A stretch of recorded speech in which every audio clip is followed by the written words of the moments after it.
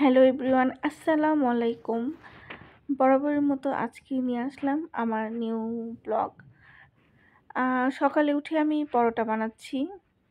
পরোটাটা এমন এমন হয়ে গেছে যে সবাই খুব পছন্দ করে, আমারও ভালো লাগে। এই জন্য ঝটপট পরোটা বানাবো। আগে ডোটা তৈরি করে নিচ্ছি। একটু লবণ, হালকা তেল, পানিতে আমি ডোটা বানিয়ে সাইড করে রাখলাম। এখন আলু ভাজিটা করে নিব। আমি এভাবেই করি। ফার্স্টে ডোটা বানিয়ে সাইড করে আমি আগে আলু ভাজিটা করে ফেলি। তো পেঁয়াজ মরিচ কাটাই ছিল, আর আলুটা কেটে আলু ভাজি উঠাই দিলাম। তো এদিকে আলু ভাজি মোটামুটি হয়ে গেছে। এক সাইডে করে এখন আমি পরোটা বানাবো।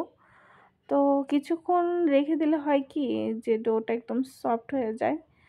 তো খুব তাড়াহুড়া করছি পরোটা বানানোর জন্য। আমি এভাবেই পরোটা বানাই, হালকা তেল ভিতরে দিয়ে ভাজ করে। আমার আগে কিন্তু পরোটার চারকানি শেপও হতো না, এত ভালোও হতো না। ওই যে চর্চার বিষয়, রেগুলার মানে কয়েকদিন পর পর বানাই, মানে অভ্যাস হয়ে গেছে। এখন পরোটা কীভাবে বানাইতে হয় সব কিছুই বুঝে গেছি। তো আমি সব কিছু ভেজে নিলাম, মানে তাপ দিয়ে নিয়ে তারপর তেল দিয়ে ভেজে নিয়েছি। তো এই তো পরোটা হয়ে গেছে। গরম গরম পরোটার সাথে আলু ভাজি কিন্তু খেতে ভালোই মজা লাগে। তো এদিকে অনেক দিন ধরে আমি ব্ল্যাক কফি খাই না। আজকে খুব মন চাচ্ছিল চিনি ছাড়া শুধু গরম পানিতে হালকা কফি লিকার দিয়ে খাবো। তো খাওয়া দাওয়া শেষ করে আমি একবারে দুপুরে রান্না সব কিছু শেষ করলাম। এখানে পুঁটি মাছের চটচটি, গাজর, ছোটো আলু দিয়ে ভাজি, ঘন ডাল, আর ছিল মোষের মাংস। তো এগুলো সব রান্না ওকে। এখন সবাই খেতে বসবো। আসলে তাড়াহুড়ার কাজের চাপে আমি রান্নার ভিডিওটা করতে পারি নাই। তো সব খাবার রেডি। আজকে সব খাবারই কেন জানি মজা হয়েছিল। মোষের মাংসটাও খুব টেস্ট ছিল। তো আমার হাজবেন্ড, আমার দেবর সবাই খেয়েছে, বাচ্চাদেরও খাওয়াই দিছি। এখন আমি আর আমার যা বসে খাচ্ছি। ইদানিং লেবু খেতে খুব মজা লাগতেছিল। তো যাই হোক, খাওয়া দাওয়া শেষ করে বাচ্চাদের ঘুমাই দিয়ে আমি আর আমার যা মানে বাহিরে আসলাম। মানে একটু পার্লারে যাব। অনেক দিন ধরে ভাবতেছি যাব সময় বের করে পারতেছিলাম না। তো আসলে আমি এখানে, এটা কিন্তু নতুন একটা পার্লারে আসলাম। আমি এই পার্লারে কখনো আসি নাই। তো নাম শুনেছি যে এখানকার কাজ ভালো। তো এসে আমি এখানে একটা হার্বাল ম্যাসেজ নিলাম। আমি আর আমার যা দুইজনে করছি। তো প্যাক লাগায়ে শুয়েছিলাম।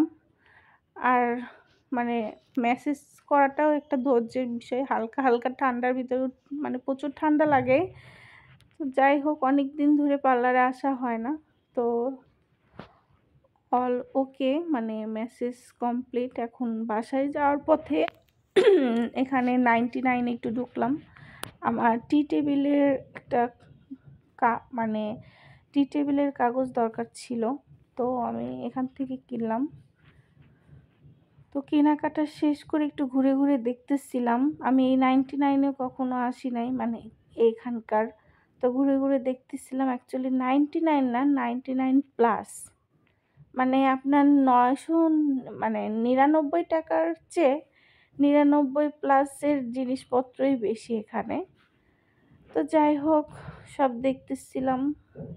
অনেক জিনিসপত্র ছিল, মানে জায়গায় ছিল না দোকানে, মনে হচ্ছে এত জিনিসপত্র ছিল। A to Z সব ধরনের টুকিটাকি সাংসারিক ঘর সাজানোর সব কিছুই ছিল এখানে।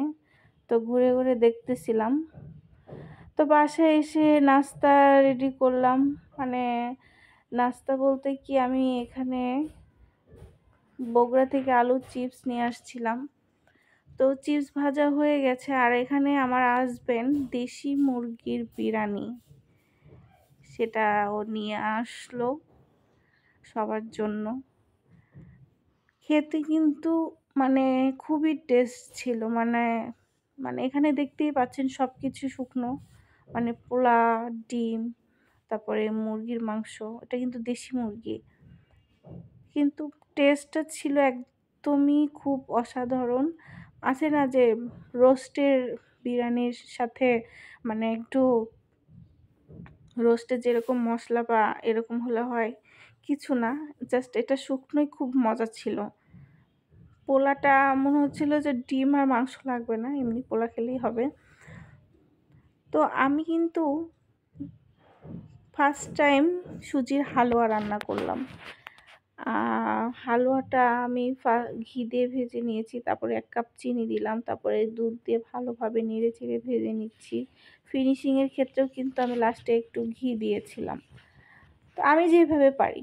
তারপরে প্লেটে সার্ভ করলাম। কাজু বাদাম, কাঠবাদাম, পেস্তা বাদাম সব কিছু কেটে আমি উপরে দিয়ে চাকুতে কেটে নিলাম।